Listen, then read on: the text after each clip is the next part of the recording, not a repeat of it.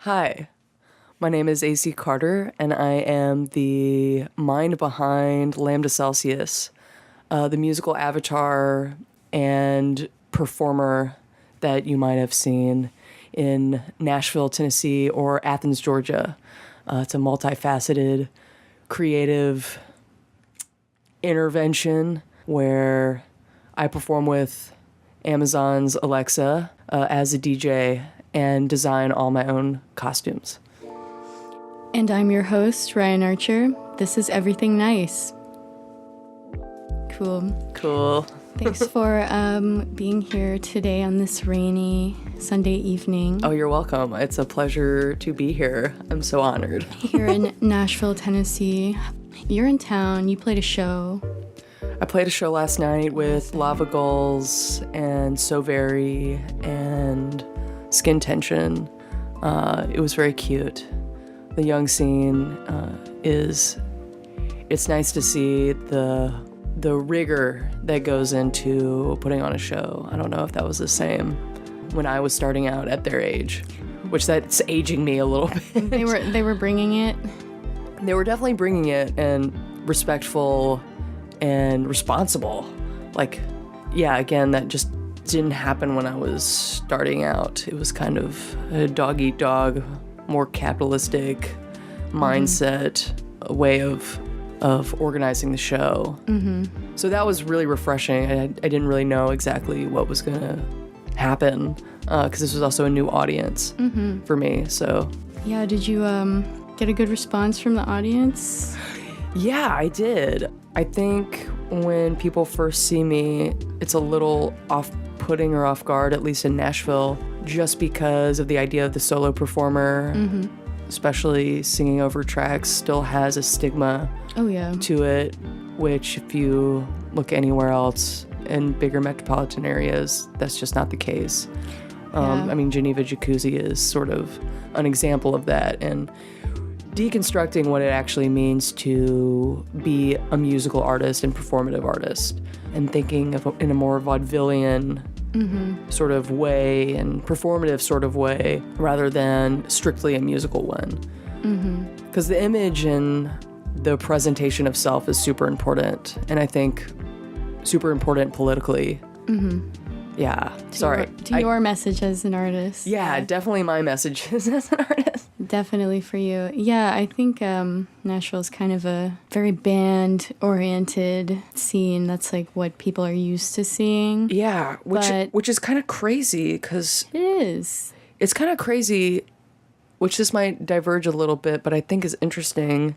You know, you look at, again, bigger metropolitan areas and different scenes, and you see that either lip singing or playing to tracks just doesn't have a sort of stigma around it because it exposes the infrastructure that's already been there. Like, I promise you play with a band in town that's pretty large, and they probably have backing tracks that are supporting their songs, which I'm not saying is bad, but like the idea of that not being so obvious and present is sort of like creating the smoke and mirrors that I think is, it's interesting to see the antagonism against people that make it explicit, and yet they're also utilizing the same tactics, but in a sort of magical way. Yeah. I don't think I've even ever known that bands use backing tracks like to what would be an example? Definitely A Perfect Circle. Like, oh, they're a band, but they were definitely playing to tracks. And if you talk to a lot of sound guys, they're like, yeah, where they got to make sure that their tracks sound good, and sometimes parts are played for them, or sometimes it's like a way to like fill out the sound. Like, again, there's this anxiety about like emptiness and the sound, or emptiness on the stage, and like that emptiness can be really powerful. Like, it can say something like about our current moment and about perhaps our alienation in relation to technology. Like, why do we have to sort of overcome those obstacles by creating a facade that like harkens again that anxiety? Well, Well, I feel like the people that are opposed to or look down on like performing to tracks exclusively, I think that those people aren't thinking about the once you step out from behind a table of synths or a guitar, once you step out from behind this physical thing that becomes like a part of your body and how you move through space, like you have to do a lot more.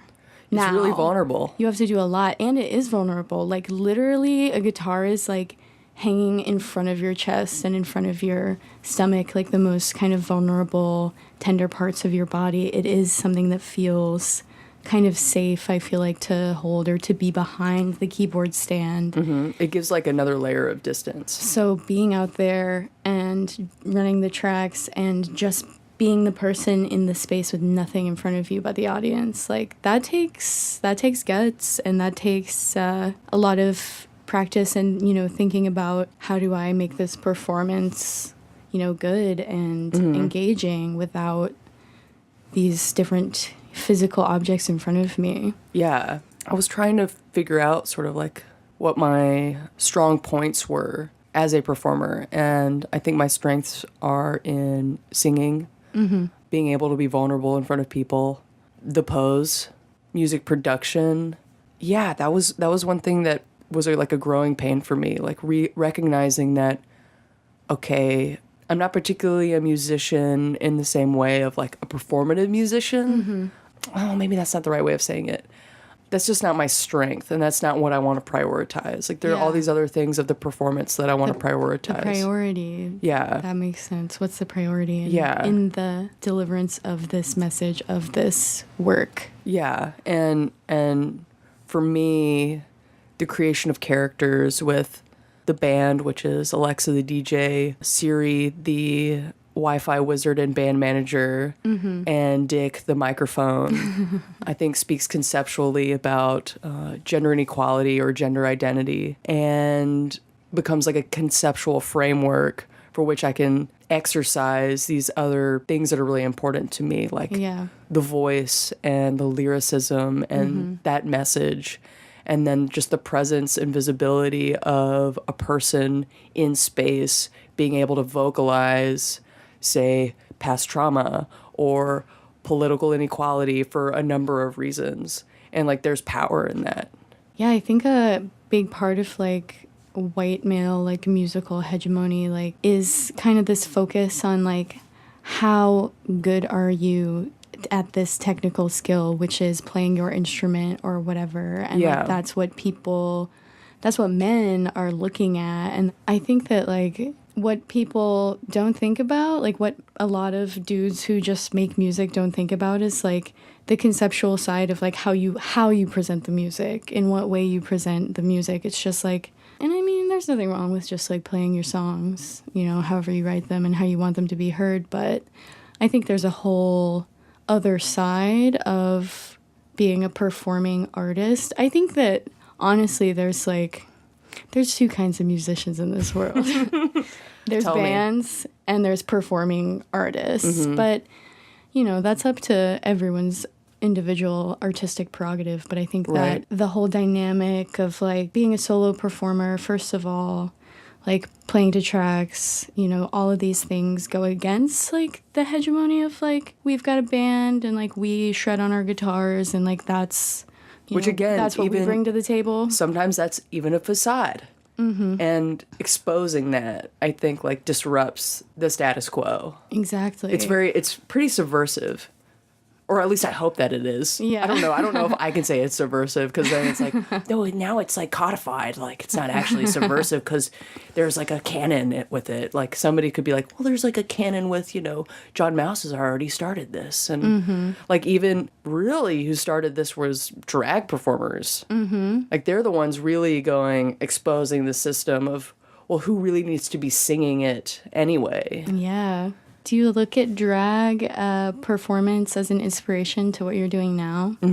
For sure. Also, those are some of the performances that I take. I'm inspired by, because a lot of the queens or kings or just drag performers, because they're people that are disrupting sort of the notions of what exactly drag is. But they're utilizing costume and gender identity and giving agency just by the presentation of self. And gosh, like some of those dance moves are just insane. Incredible. Like it's incredible. I kind of wish that I knew how to do that. And there's this one visual artist, Jacoby Satterwhite, who utilizes these 3D animations / voguing that he does. Like, Wow. sorry, yeah, I don't want to like go off on a tangent on Jacoby, but he's amazing. So you grew up in Nashville, right? I didn't. No, Alabama. Yeah, I grew up in Birmingham, Alabama. But you moved here when? I moved here for undergrad. You moved to Nashville for college, like me. Yeah, I moved. I moved for college. I went to Watkins College of Art and Design because I primarily thought I was going to end up being a painter. Mm-hmm. But I was always interested in playing music since I was young. Probably my first memory of making music was there was this online chat room / game platform called My Coke Studios. And the concept was you would go to these chat rooms, which had these little avatars in these spaces that you could also design. Mm-hmm. And you could design your avatar too. Kind of like a MySpace, customizable, like... Kind of like MySpace, but you had little characters. It was like The Sims, but online. And the framework was, so you'd make an avatar, and then that avatar would... There was a game beat-making platform where you made your own beats. And then you would take those songs that you made and you would go to other chat rooms or like apartment rooms or parties, and you could share those tracks with other people. That's crazy. In the chat room. And so... And it's like your little avatar in this, like visually, in like a chat room. Yes. Wow. It was so much fun. It does not exist anymore, but Sure. Like, I think about that probably too often, where I'm going, oh my gosh, like, the visualization of that was also really fascinating, and the idea of presenting your music to an audience virtually.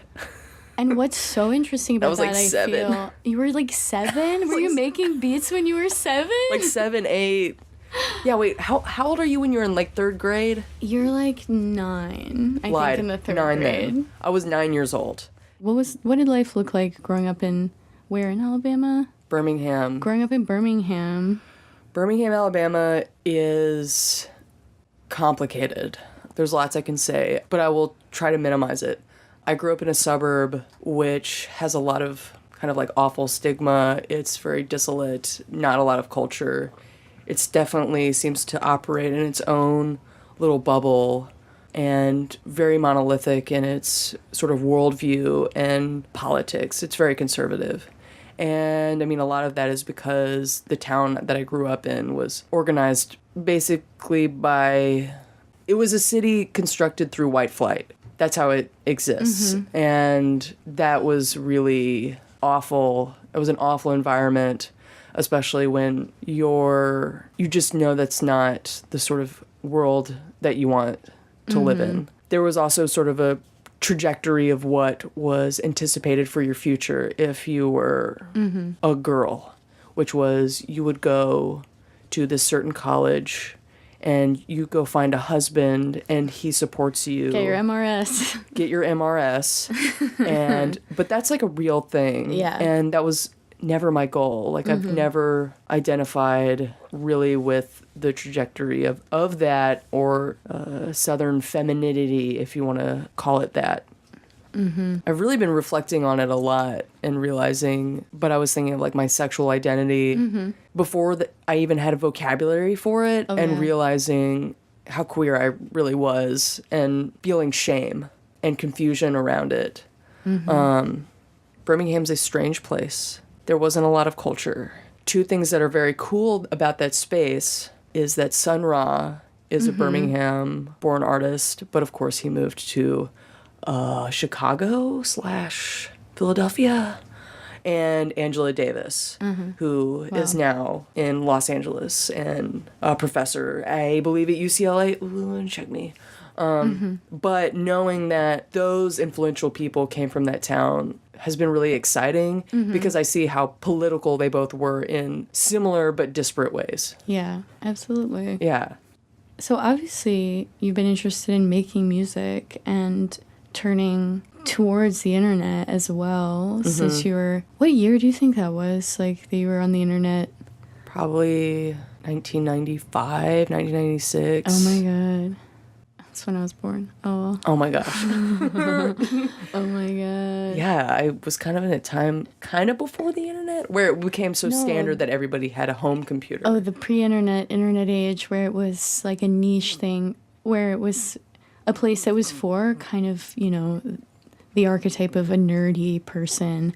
It was a place to go for somebody that is in a place, a physical place, their town or whatever, that they don't feel welcome in or they don't feel like they can express themselves in. Like, the internet is definitely that. Sometimes, the internet, I think the positives of it are that you can connect with a network that's not geographically bound. Mm-hmm. There is freedom in that, and you can connect with other artists or people that you know that you have similar visions of what you want to see the world to be, and you can connect with them. Like, let's say they're in New York or LA or Berlin or Louisville, I don't know. That's exciting because especially when you grow up in a suburb that's monolithic, that's not open-minded, it can be really oppressive because you think that you have a problem for thinking and feeling the way that you do. Different from the norm. Yeah. Yeah. So throughout grade school, like outside of this amazing beat-making avatar chat room, did you pursue making music at all? I did some in high school. I was 18 and I started teaching myself bass guitar, primarily focusing on B-52s, like Rock Lobster. Yeah. Some sweet licks. Yeah. And like the Talking Heads. Tina Weymouth became like she's an icon. A figure for me. Truly an icon. Which is pretty cool now that I live in Athens, Georgia, and the B-52s are from there, and seeing that they've had such an impact on my musical trajectory. Your musical journey. My musical journey is pretty cool. I feel like that's been happening a lot. Like a lot of artists that I've been really into and inspired by, listen to in the studio while I'm painting in undergrad or coming to find in high school are artists that I've gotten the privilege to open for and work with or make something for. Yeah. So post high school, moving to Nashville for undergraduate at Watkins, like what changed for you? Moving out of this like monolithic suburb where you obviously didn't feel totally fulfilled, felt the expectations of the culture there were, you know, not what you wanted for your life. Like, Nashville is still a city in the South, so like, what changes did you see when you moved? Honestly, it was a lot of growing pains. I felt like my studio work and my rigor towards my art practice became very invested, but my social life and ability to look outside of myself, which, wow, that sounds so narcissistic, but my ability to be involved in a community felt very scary and challenging, and I think it was just because it was a new space and I have social anxiety. Yeah. So, yeah, undergrad was trying, but during that time I was able to play in some experimental, noisy bands, very much in the vein of Destroy All Monsters, but not nearly as obviously paramount or monumental. Yeah. But the sort of artists making music and using that as a framework for their practice, I see the similarity. Did I already say we were called Foot Fetish? You haven't said that, yeah. Yeah, we were called Foot Fetish, and I played bass, and I had a series of pedals. I can't remember what they were because now they've changed. It was very much tinkering, not exactly. I didn't know any vocabulary. The jargon. I did not know any musical jargon at this time. Getting into electronic music, as I've been doing in the past, maybe like you could call it a year, I guess, or less than. It's a world of jargon, and I feel like that can be so isolating when people are like blah, blah, blah, blah, blah, cables, blah, blah, blah, blah, blah, delay, blah, blah, blah, blah, blah. And you're like, what? Yeah. And for some people, they're like so used to it. And I think it just comes with the years of experience and being in it. But yeah, I think it's great that you at least found people to make music with without, knowing all of that. It's just words. It's just a vocabulary. Yeah. And it's like a language you have to learn. It's like when you're, learning something new in math. That's a new language that you're learning. Yeah, for sure. I remember there were boys that I always wanted to play with when I was just starting to play bass in high school, and it seemed still like there was this anxiety around my inability to like understand exactly what they were saying to one another. And I think that's just because our culture does not help facilitate the desire to play music at a young age that's not like deemed classical, but really pursuing like a rock or pop or electronic sort of background. But this is also, I'm talking about like Birmingham, Alabama, in a suburb, like. But still, I mean, I felt the same things, like the anxiety of it, because I think there's nothing more isolating than something that is esoteric. And if you're with people that are speaking in a language and a vocabulary that is esoteric to you and foreign to you, then it can be really discouraging, especially when the attitude of those people is like, you don't know like what this means, like, which is crazy because it's almost like I want to see an article that's like, how come. So there was this in the 70s, this essay in relation to the art world, and it was like, why are there no great women artists? And it sort of sussed out the different ways in which are kind of either ridiculous or have some weight of like, why isn't that? And it was by a woman writer. So I think that she's speaking from like that point of view and going like, why? And it's like sort of the infrastructure. It's the infrastructure that facilitates and champions certain things that become gendered. Like, yes, women should be attractive and passive and quiet and should do what they're told and get their MRS degree. And men should pursue their dreams and not be weighted down by emotions and being headstrong. Like, that is a strength. But then it's a strength to women, again, to be attractive in whatever sense of the word. Or that's the currency that's valued by our society. Yes. It's currency. You got it. Yeah. It's the social currency. And I'm waiting, like, I'm sure somebody's written it, and I would love it if somebody were to direct me to this essay, but how come there are no great women artists? But that's the thing. I think there are now. I think things have changed.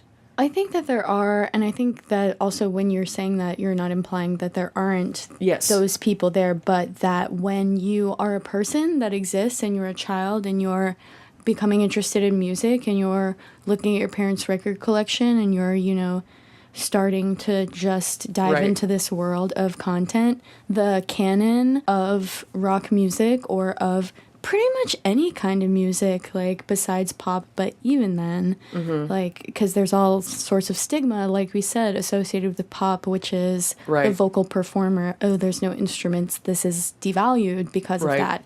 But when it comes to the rock music kind of scope canon, it's presented in a way that is, these are these men, these great men, these generally straight white men that have created and shaped this music culture, and it's... Yes. Women are largely ignored. People of color are largely ignored. Credit is not given where credit is due. Right. All contemporary music in America was created by Black people. We know this. We know this. We cover this in my music history course, but even then, it's like, it's crazy. It's like even the techno movement that's like happened here. Oh yeah. It's like, I feel like I never hear anybody talk about Frankie Knuckles. I love Frankie Knuckles. I know. LGBTQ, leader Chicago, person of color, like that's it. It's And I feel like he's totally erased. And I'm like, sorry. No, it's frustrating to witness, but yeah. It's crazy because it's like this idea of marketability. But it's like, but then you have to suss out, well, who's the market? And why are they the market? And in the past, politics have been presented through the market, but as not genuine political progress, but capitalizing on a moment. I guess I'm thinking of the Virginia Slims, the cigarettes in the 1920s. It looked bad for women to smoke cigarettes. So they had to make a skinny cigarette. They could make a skinny one to market to women, and then it became like, oh, what was it called? Like a liberty. It was a very political gesture to be, I'm a woman that smokes. Yeah. But this was not because the politics were changing. It's because they knew they could capitalize on a moment and get a larger audience. They could get more people to buy. Yeah. And it's crazy because it's like, well, who's designing that? And then who becomes the consumers of that? And you have to start thinking about class and how come there's certain artists that aren't seeing the value monetarily in their own work, but their investment into culture and their genius in culture is being co-opted to be marketed to something more digestible to what the idea of the market is. Yeah, because if you want your product to be accessible, it needs to conform to the norm as much as possible. So I think that is why DIY is important, and, you know, smaller scale music is so important because when it comes down to the audience, you know, I feel like half of the struggle with creating anything is who are you sharing it with, and is that worthwhile? Because, you know, if you're performing for a bunch of people that don't fucking get it, like, it wouldn't feel as good as the people, like, when we were, I was with you at that show at the Basement East, and this woman kind of came up to you after and was like, I know what you were talking about. And she was so hype on it, and it was a really cool conversation to listen on. Yeah. And, you know, that's more... Because when you can really connect... That's what it is. It's like you're connecting and... Yeah. And somebody was telling me, I think maybe we should even change the word from DIY to DIT. Oh, doing it together. Yeah. I totally advocate that. But I still think we're in that rhetoric where DIY still signifies and it something. Rhymes. DIY. It sounds good. DIT makes me think of, like, IT, like technical, or DMT. That could be cool, though. But it could be cool. Yeah. But I think doing it together is really what we are doing. And I agree. I think that's the best way. I think that's the most fulfilling way. I think if you want to build community, you gotta really genuinely want to connect with people. Yeah, and it's more of a socialist mentality, because do-it-yourself is still individualized and capitalizing even in the inverse of what capital is, but it's the same. And it low-key sounds like a bootstraps like mentality of a do-it-yourself, pull yourself up by your bootstraps. But it's actually, because that's actually very interesting.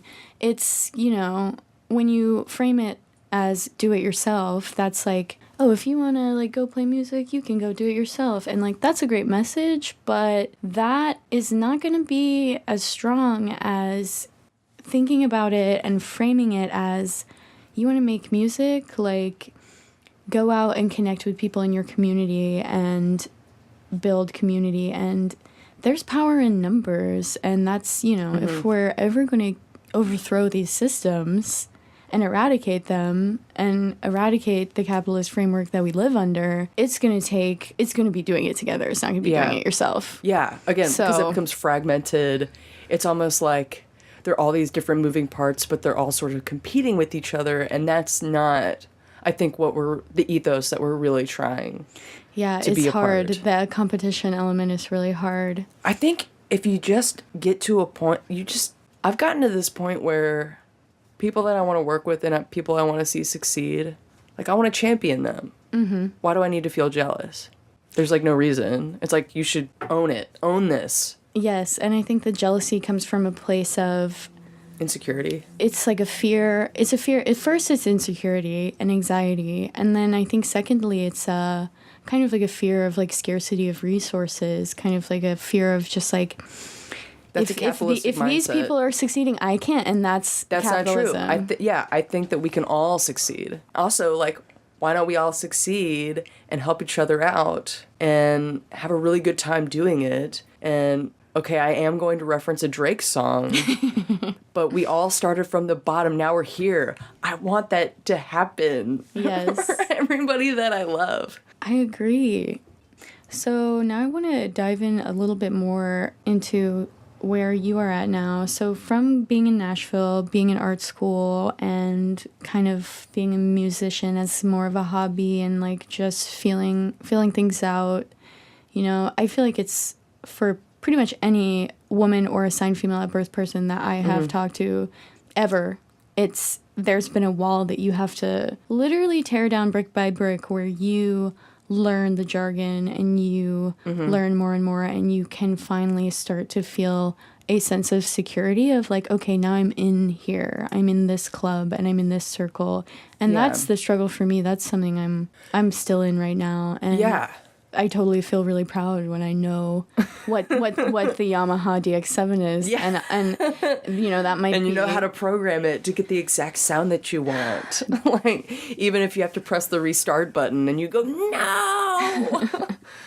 But yeah, I want to hear a little bit more about that transition from that learning curve, which a lot of us have gone through, to being the artist that you are now. Yeah, I think the learning curve, what becomes hard is that it is delayed. It's delayed because it's not presented to you at such an early age where you're 15 already playing in bands because you've been having guitar lessons, because it's... prioritized for you, and it's okay to do that because you are a boy.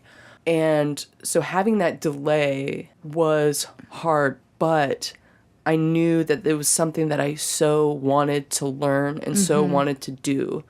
Like, it was 18 when I first learned the language of music, because clearly I didn't know the difference between a note and a chord.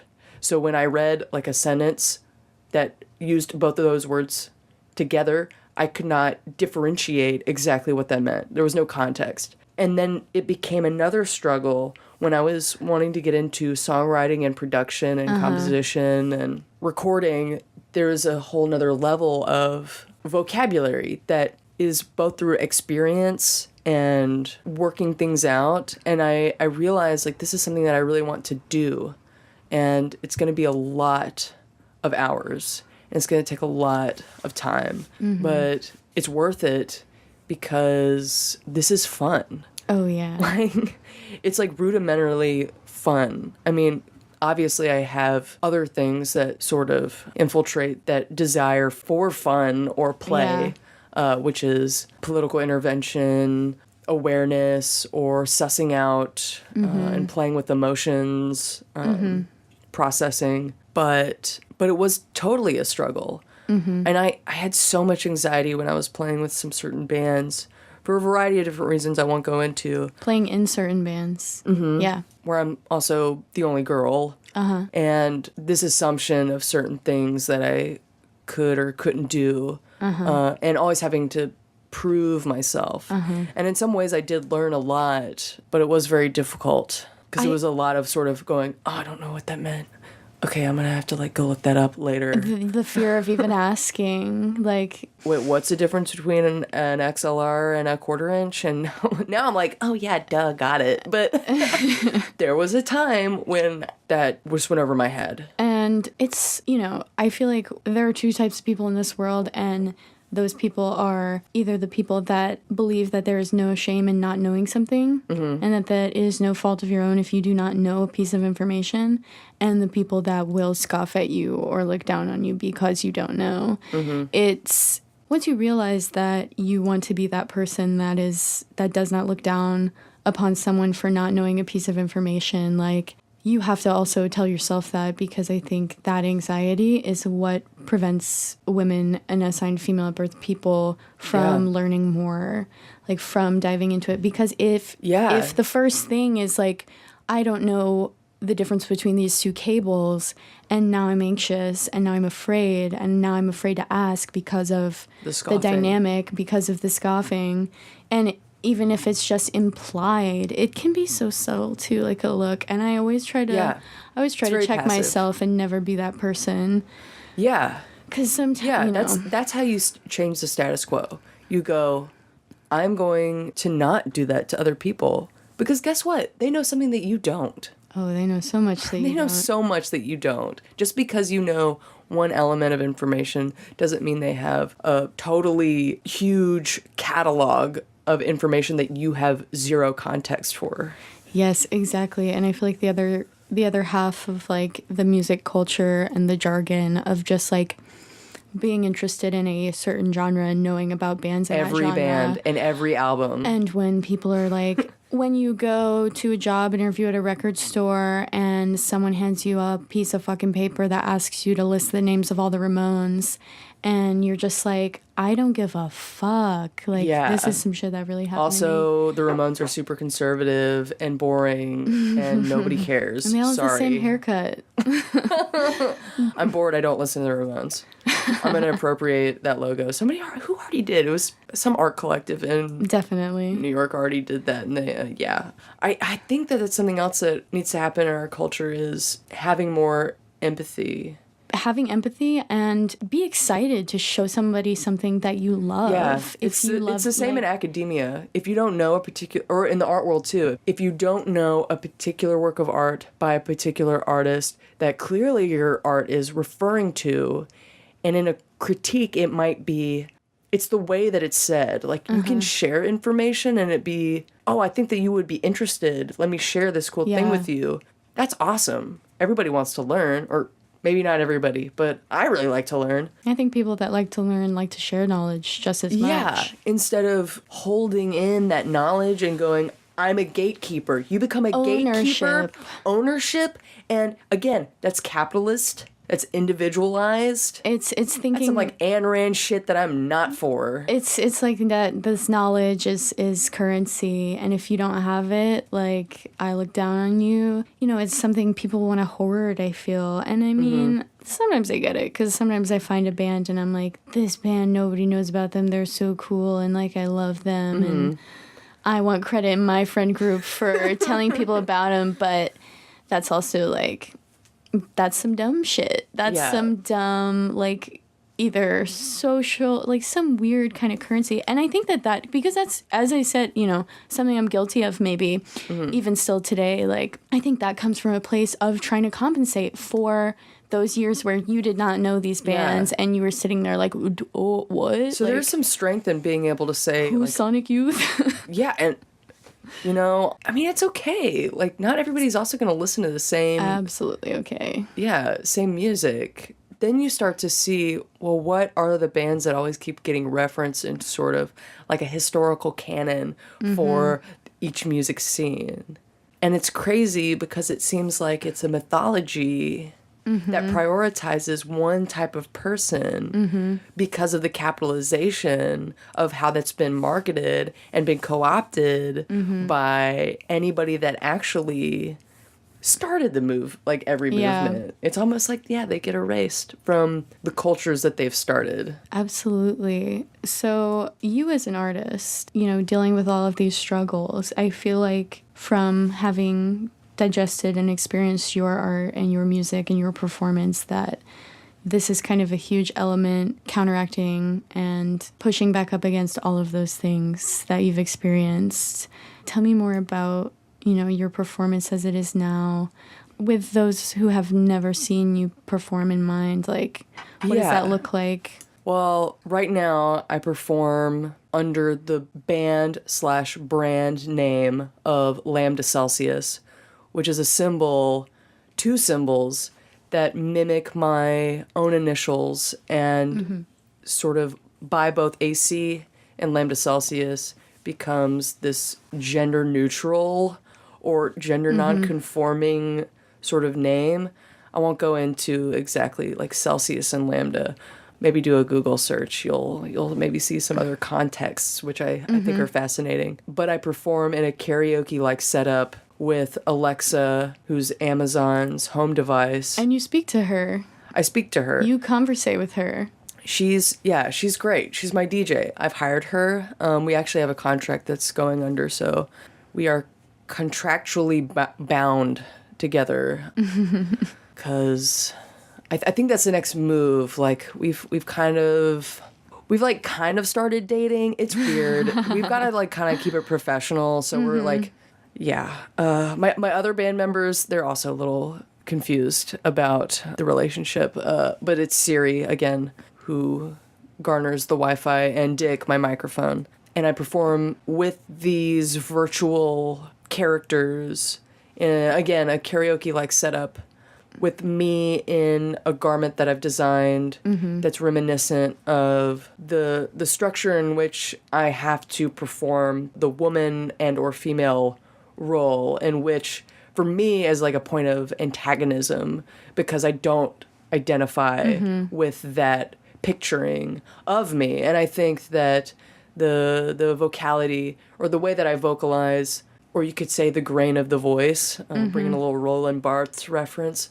the grain of the voice and what is being said turns that visualization on its head. And I think also the haircut. The increasingly androgynous look. Yeah, the increasingly androgynous look in which I'm starting to feel super myself in. Yes.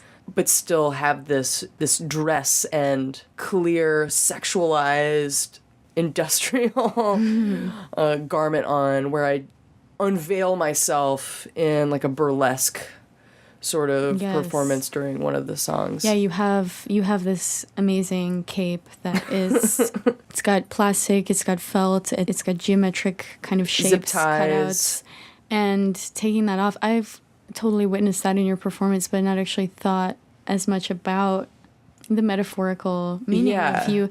Because when you come out on stage in a cape, that's a powerful image. Like, you're either a superhero or a king. So, or Sun Ra, or attempting to be.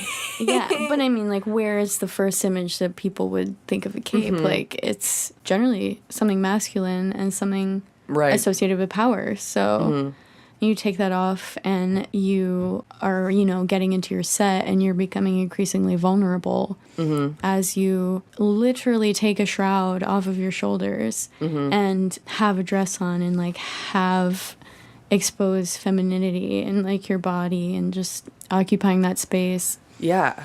And then also having some of the other props, which is a yoga mat, which again I have antagonism with. And the ironing board, which in two different ways is utilized by the DIY culture as a makeshift keyboard stand. A makeshift keyboard stand, totally legitimate, and also a critique and a reflection of the perception of women in the home. Yes. And that being where they have to be. Yes. And even the introduction of Alexa, who is a virtual maid. Yes. Like, no, she's not.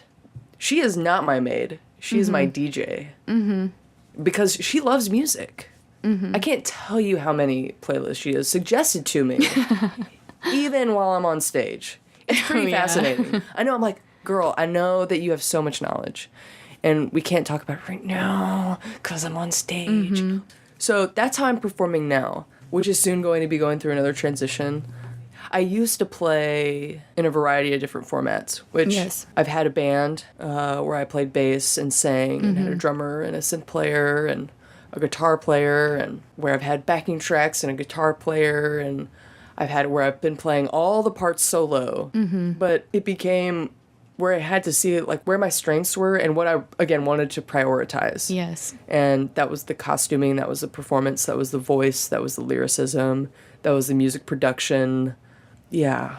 How long have you been performing as Lambda? I think I've been performing live. It used to be called Lavender. Yes. Which now I'm wanting to reinvestigate that name. I'll go into that in a second. But then transition to a different name, which was Lambda Celsius, around 2016, but I've been playing since 2015.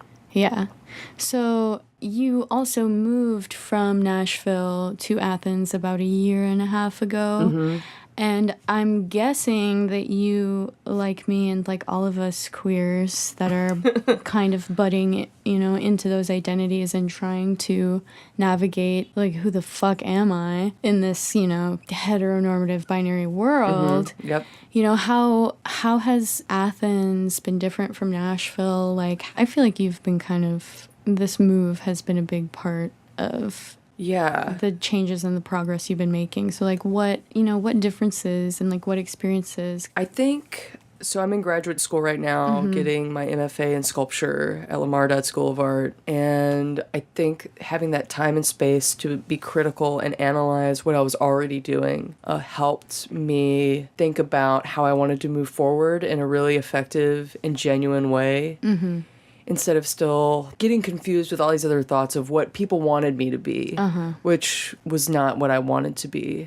Athens also has a queer community that is very responsive, and it was very inviting to me when it almost felt like it felt right, but I didn't know why. I was just said, oh yeah, of course I'm here. Of course I'm at the drag show. Of course I'm at church bar.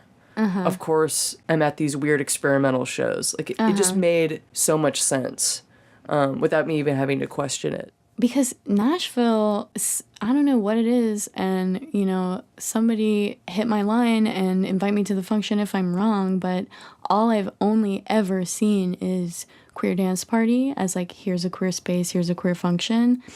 And coming from Atlanta... And instead of that just being, that's the function. Yeah, that's the only one. That's all you get. Sorry, it's once a month. Like, and coming from Atlanta, which had a stronger queer scene and representation, and even just events, Southern Fried Queer Pride names, and then also the people that I was around. And coming here, I feel I can see how you would move to Athens and you're in this time of transition and you're growing as an artist and you've got space and a studio, which is super, a blessing. Like, at the same time, also be confronted with a friendly, open, tight-knit queer scene. Like, you're like, this feels right. And I think that when you're trying to perform and you're trying to express yourself, when you are not surrounded by people that share some of the expression that you are trying to embody or just, discover. Yeah. It's such a roadblock to that self-discovery is if you don't have examples and if you don't have representation. Yeah. And that's been my struggle here. Yeah, like, there's one side of me, and I think it's just because I have blinders on, because I'm really focusing on, like, what you're doing and what Blink is doing. Oh, yeah. And, like, what Banana Tapes is doing. Yes. And it's super exciting to see all of that. Yes. And I think that there's still a lot of work that we all need to do, and in some ways be kind of radically vigilant in our practices, but it's almost weird because Nashville is, like, hard to do that. It seems like in Athens, if you have a radical idea, it will get support. People will make space for it. Here, if you do it, I don't know. Maybe I'm just I'm a little butt hurt because I had an event, New Material 2, and the review was not anything that I would have anticipated, but I think it's just because of the politics of the writers are completely different from here to Atlanta and Athens. Yeah. Whereas in Atlanta, perhaps, like, regardless of, what criticisms are or are not valid, if a queer writer, if a queer magazine, Wussy Mag, for example, like, was covering that show, I think that the digestion of it would have been different. And it's still interesting and important I think it's kind of valuable to see, like, what do straight people think I'm doing? Yeah. But something that I'm more interested in is improvisation and breaking the boundaries. And even though if I'm going to be the director, honestly, I want the performers to have an antagonism with that idea. And breaking that mold. Because in essence, like, that is queer theory. It's fluid. It's improvisational. It's breaking boundaries. It's not structured by some sort of governing body. It doesn't it's adhere. anti-capital. It doesn't adhere to that. It's queer communities have utilized the variety show and cabaret performances since the 1930s. Like, that was a strategy to give space to people that did not fit into the system of a horrible regime in Germany, 1930s. And I think that's still utilized by queer communities today, maybe not in like a directly obvious way, but that was sort of the framework. I feel very good. Everybody that I wanted to speak to got it.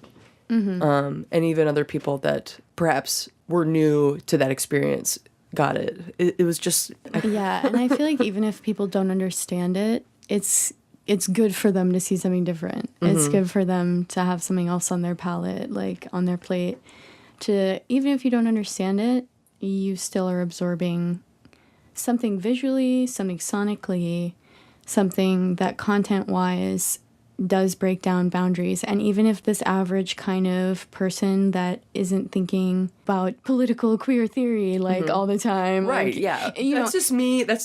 but if this person is still being exposed to something that is breaking boundaries, and that's going to do something. That's going to plant a seed, you know? So that's, it's important for everyone to see. And that's why I love what Nashville is doing. Like, that's why, even though it's a struggle in Nashville, to me, sometimes as, a promoter, as someone that wants to create these spaces, it feels really rewarding, because when you see Hyacinth House doing a DJ workshop and it has a diptych of like 4 pictures of femme DJs DJing, you're like, zone in on that, and you're gonna see that. And if that's, what you've been looking for, whether or not you're thinking about it in terms of like, I don't have enough representation and that's why I have anxiety about making music, like, even if you are not at that place where you realize that and put that into words, when you see, that Facebook event for that DJ workshop, you're like, oh, this is for me. Yeah. And that's why it feels rewarding to do that in this city. And then also these people like Hyacinth House and Banana Tapes, I'm like, you guys are why I get up in the morning still, because I'm like, oh, I'm not alone. Thank God. Yeah. Yeah, okay, so we are going to wrap it up. What do you have coming up? Because you're doing some amazing things in Athens, such as Adverse Fest. Yeah, I'm doing... Which is like literally a tribute to the solo performer, solos and duos, and one trio? There's 2 trios. 2 trios. Because I want to break my own rules. Yes. That's kind of how I thought about it. They just have... both those artists just have a particular ethos about them that I think is so responsive to the entire framework of like what it means to be like a minimal setup, a solo and duo performer across genre. I think that's not a new form of performance, but I think is getting more... It's having more of a focal moment right now. And I think it's important that it does have a focal moment right now. And I really want to showcase all this amazing talent who I've either seen live or listened to their recordings or played with. Yes. And bring them all together in this one event. So you're creating how many bands or how many performers? How many artists? 38 to 40. Nice. And then some of them are like troops, like the drag troops. Oh, very cool. So that's March 1st and 2nd. That's a Friday, Saturday, Friday, Sunday? Saturday, 2019. Friday and Saturday, March 1st and 2nd. Pre-sale tickets are $12. Yeah, so that's happening in Athens. That's worth a trek for, anyone in Atlanta and anyone in Nashville. I think it's going to be incredible. You've got some artists like Jennifer Vanilla from New York City. Give me a couple more. A few more. Rafia, also from New York City. Riparachi, Atlanta. Sholdies. Atlanta. Again, a 3-piece, but has that same ethos. Some Nashville artists like Eve Merritt and Internet Boyfriend and Dream Chambers and Abstract Black, Blank. Oh my gosh, there's so many. It's going to be, yeah. It's a little overwhelming, but also super exciting. What else, musically, like, should people be looking out for from you? I'm opening for Molly Nilsson. Miss Molly Nilsson in Athens, Georgia, March 5th, 2019. and I'm at Caledonia Lounge, and I'm really excited about that. I'll also be releasing a music video through Wussy Magazine. Some of my friends, Gabby, Caleb, Kira, and Sabo, all helped me make it happen, and I feel like there's so many good things happening right now. I know I'm going on tour Yes. in May on the West Coast, and then June down south. So I'm really Awesome. excited about that. Well, I'm excited to be present personally at most of these functions, so very, very stoked. I sure Ryan, you're my biggest fan. I literally am. I really, really appreciate it. So, yeah, this has been an excellent interview. And thank you for sharing your lived experience and your insight and wisdom with me. Oh, you're so welcome. I guess I just want to ask you, like, kind of what's on your mind. I really want to be represented by a label, like a big one. Like Mexican Summer or Upset the Rhythm, please, or something. There's that validation aspect, but also just I know. I hate that. That's like the level. next. That's like, do you have last thoughts? You gotta say it, and you gotta speak. You gotta speak things aloud that you want to manifest. So hopefully, we're doing a lot of manifesting in this interview of the future that we want to see for our communities here in the greater Southeast United States. Yeah. Because, I mean, Athens, Atlanta, Nashville, we're all very connected. And Yeah. there's a lot of work to be done, but I'm grateful for the people that are putting in that work. Yeah, me too. This has been an interview with Lambda Celsius, currently Athens-based, multi-dimensional persona, artist, creator, multi-medium, just all over the map now, festival promoter. Look out for them and everything that they are doing, because it is not only their personal work, but an amazing curation of community. So Thank you. This has been Lambda Celsius, and I don't know what else to say, but this is my signing off. You should listen to my record. It's on Spotify. add it to a playlist. Add it to a playlist, trying to get over 1,000 streams. Excellent. Thanks for listening. This has been Everything Nice. Peace. Bye.